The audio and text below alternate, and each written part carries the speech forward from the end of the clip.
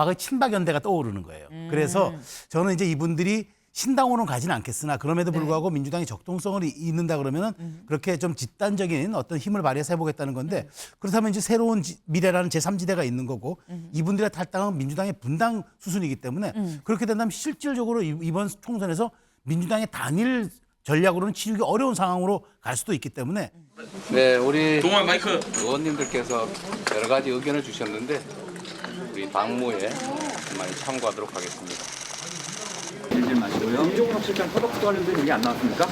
좀 도와주세요. 특히 고민정 최고위원 오늘 사퇴하셨는데 이에 대한 생각도 좀 궁금합니다. 네, 이재명 대표 여러 의견을 들었다. 당무에 참고를 하겠다라고 원론적인 입장을 일단 얘기를 했습니다. 근데 어제 이재명 대표가 사실 참석할 수 없는 상황이었었다라는 얘기가 나와요. 원래는 불참 예정이었습니다. 왜? 어제 오전 10시에 재판이 있었습니다. 그래서 재판에 갔기 때문에 이모경 원내대변인 얘기하길 지금 재판이 있어서 의총에 좀 불참을 합니다. 라고 얘기를 해서 다들 안 오는 줄 알았는데 그랬는데 오후 2시에 민주당 의원총회가 있었죠. 여기 안 오는 줄 알았는데 10분 늦게 조금 지각을 해서 어쨌거나 참석을 했다라는 겁니다. 근데 비교해 볼게 지난 의총에는 참석을 하지 않았었거든요. 참석을 안 해서 그 당시에 이제 저희 기사 제목이 이재명은 없었다. 뭐 이렇게 뽑은 기사 제목도 있었어요. 근데 어제는 10분 늦었지만 참석을 했다라는 거죠.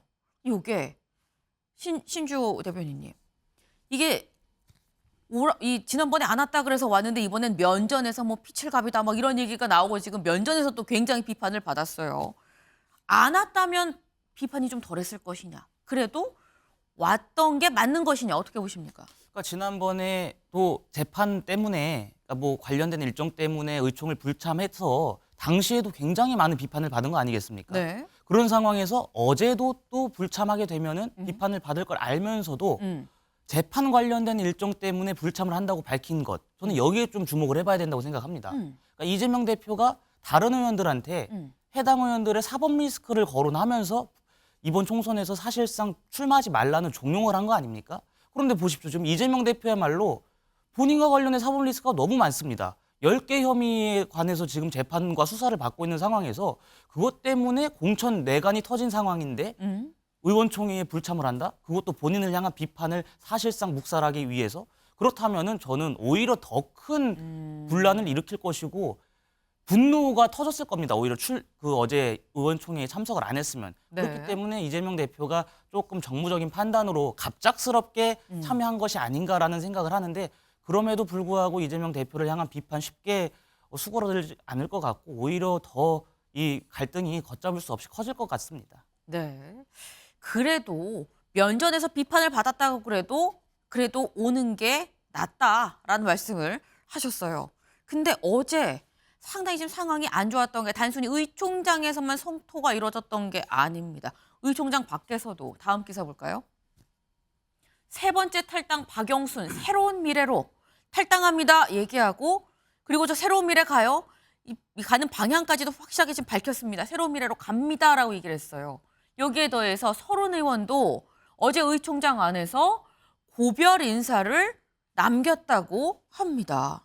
지금 박영순 의원 탈당하고요. 서른 의원도 고별 인사를 했다는 건 고탈당이라는 얘기죠. 오늘 기자회견이 또 예견이 있습니다. 서른 의원도 오늘 또 탈당을 발표하는 거 아니겠느냐라는 얘기가 나오고 있는 상황. 근데 그러면 박영순, 서른 두 사람만 더 나가는 것이냐? 다음 기사까지 좀 볼까요? 비명, 연쇄 탈당 움직임. 친문좌장 홍영표 등 7, 8명이 대응을 논의하고 있다라는 겁니다. 한 친문계 인사 얘기를 좀 보겠습니다. 홍 의원을 중심으로 현역 의원 7, 8명가량이 친명계 지도부의 부당한 공천에 어떻게 대응할지를 논의하고 있다라는 거예요. 근데 이 얘기인즉슨 집단 대응입니다. 집단 대응, 어떻게 대응할지 모르겠다라는 건데 최수영 의원님, 집단 대응한다는 건 다 같이 탈당할 수도 있는 거 아닙니까? 그렇죠.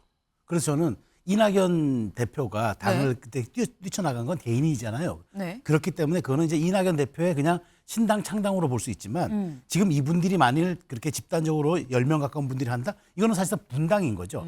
그래서 지금 같이 이분들이 지금 민주연대라는 이름을 한번 고심하고 있다는 보도도 네. 제가 봤어요. 그러니까 민주연대는 뭐냐? 지금 이름이 민주당이잖아요. 더불어민주당인데 그 더불어민주당에 대한 그 정신이 이미 사라졌기 때문에 우리는 민주연대를 통해서 그래서 제가 여기서 딱 하나 떠오르는 거는 과거의 친박연대가 떠오르는 거예요. 그래서 저는 이제 이분들이 신당으로는 가지는 않겠으나 그럼에도 불구하고 민주당이 적동성을 잇는다 그러면은 그렇게 좀 집단적인 어떤 힘을 발휘해서 해보겠다는 건데 그렇다면 이제 새로운 미래라는 제3지대가 있는 거고 이분들의 탈당은 민주당의 분당 수순이기 때문에 그렇게 된다면 실질적으로 이번 총선에서 민주당의 단일 전략으로는 치르기 어려운 상황으로 갈 수도 있기 때문에 이분들의 최종 선택이 주목받을 수밖에 없는 이유다. 그렇게 분석합니다. 지금 새로운 미래로는 안 갈 거다라고 일단 보셨어요.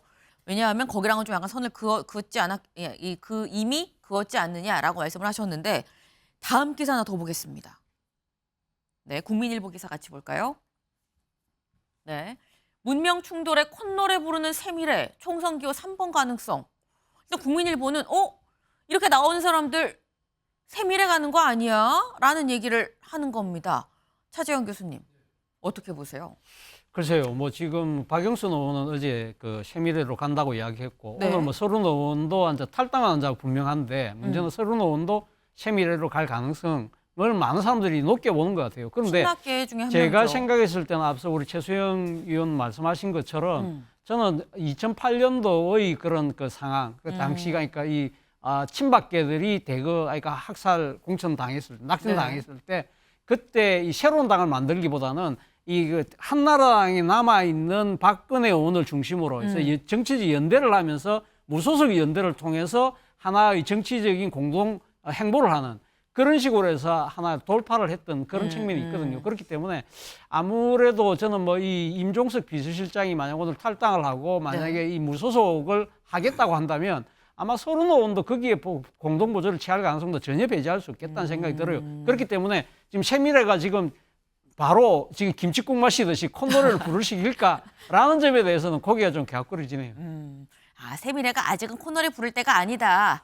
물 들어오는 줄 알았지만 물이 안 들어올 수도 있다. 뭐 지금 이 말씀을 하셨어요. 좀 더 좀 지켜봐야 될 것 같습니다.